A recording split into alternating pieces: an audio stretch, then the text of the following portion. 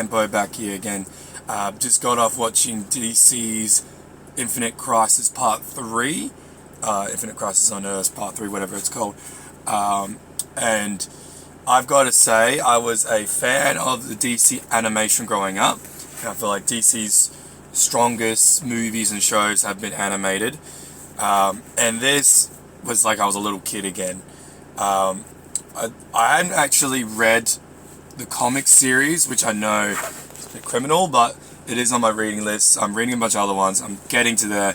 And so this is coming from a point of view of a fan who hasn't actually read the series just as of yet. I love the first two movies. Absolutely amazing.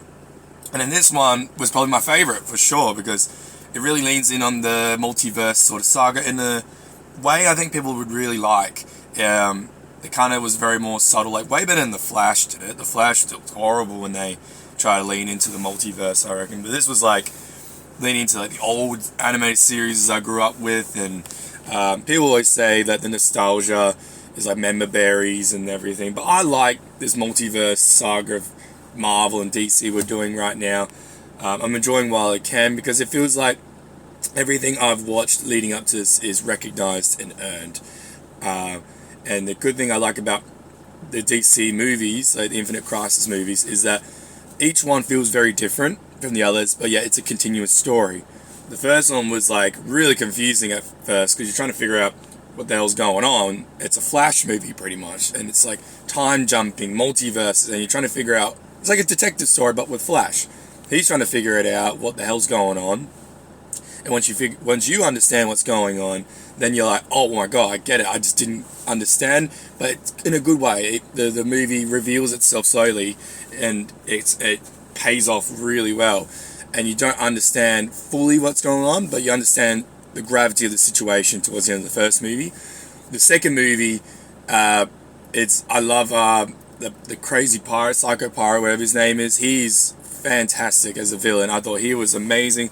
You got an insight to why he's doing what he's doing. And I like in the second movie, it's like the situation's getting worse. The anti-gravity, it's coming harder, and they're starting to think, okay, this isn't just waves. This is something is making this happen on purpose. And then towards the end, it's a big reveal. It's a big twist at the end. The Monitor gets killed, and it's like this creature, whoever is attacking, is anti-Monitor, and it pretty much wins in the end, like Thanos style in Infinity War, which I thought was a great ending. And the third movie is they've lost. They're in this bleeding realm. By the way, this is spoilers, heavy spoilers. There's bleeding realm, and the heroes don't know what to do. They're getting wiped out left, right, and center. There's no food. They're in a dimension where everything's colliding. People are dying. Billions and trillions of people are dying, and they don't know what to do. And Batman is using his detective skills to figure out how and why is this happening. They know this creature is killing everybody, but they want to know why. So he's on his journey with Dr. Fate to figure out from Constantine what the hell's going on, why it's happening, whilst the others is how can they stop it with Lex Luthor. I thought Lex Luthor for me stood out very hard in this movie. I thought he was fantastic, and Constantine, I think he's been great. I didn't expect this twist, huge spoiler, that these three movies are related to Apocalypse War, which I watched, and it's just lucky. I'm glad I watched it now, because the reason they've tied this in is because what they did during that movie is why all the Infinite Crisis is happening in this one. And I really enjoyed that aspect. I thought that was great. That really twisted. I was like, what? I didn't think that was going to happen. So I really love and recognize what DC's animations is doing right now. I hope they continue this on. Like, keep making these stories. Like, this is... I am a massive fan. If they keep bringing these movies out, I'm going to keep watching and recommending them. But Lex Luthor was a star out in this movie, a standout, sorry, and he's witty, he's smart, he comes up with these plans. It's fantastic, and I've really grown to like Jensen Ackles' Batman. It's a little bit to get used to at first, but I like I don't know, I'm starting to really enjoy it.